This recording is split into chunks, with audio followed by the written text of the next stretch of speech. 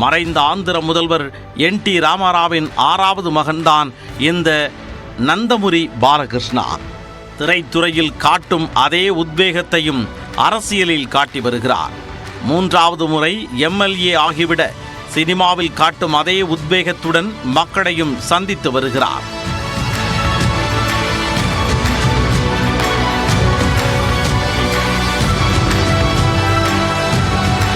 சட்டமன்ற தேர்தலும் நாடாளுமன்ற தேர்தலும் ஒருங்கிணைந்து நடைபெறும் ஆந்திர மாநிலத்தில் நந்தமுரி பாலகிருஷ்ணா தெலுங்கு தேசம் கட்சியின் சார்பாக அனந்தபூர் மாவட்டத்தில் உள்ள இந்துப்பூர் சட்டப்பேரவை தொகுதியில் மீண்டும் போட்டியிடுகின்றார்.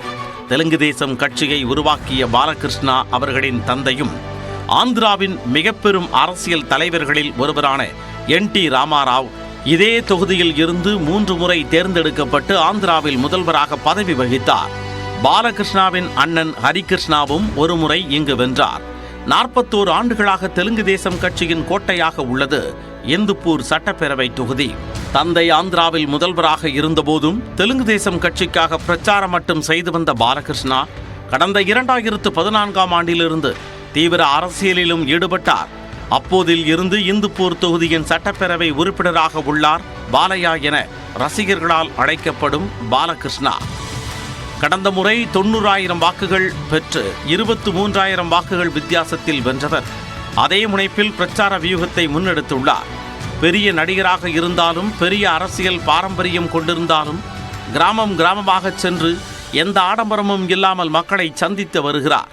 விரும்பும் மக்களுடன் காலை முதல் புகைப்படங்களை எடுத்தும் தொகுதிக்கு தான் செய்த காரியங்களை முன்வைத்தும் பிரச்சாரத்தில் ஈடுபட்டு வருகிறார். 5 ஆண்டுகள் ஜெகன்மோகன் ஆட்சியில் இந்த தொகுதி முற்றிலுமாக ஒதுக்கப்பட்டதாகவும் தெலுங்கு தேசம் கட்சி ஆட்சிக்கு வந்தால் பல நல்ல பணிகளை செய்ய முடியும் என்றும் மக்களிடம் வாக்குறுதி கொடுத்து வருகிறார் பாலையா.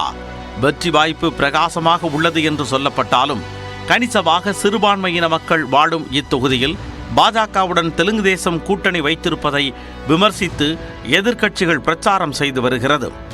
இவரை எதிர்த்து தற்பொழுது YSR காங்கிரஸ் சார்பாக நாராயண் தீபிகா என்ற இளம் போட்டியாளர் களத்தில் குதித்துள்ளார்.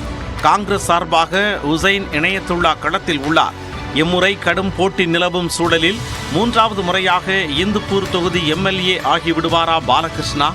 முடிவுகள் ரிலீஸ் ஆகும் ஜூன் 4ஆம் தேதிக்கு காத்திருப்போம்.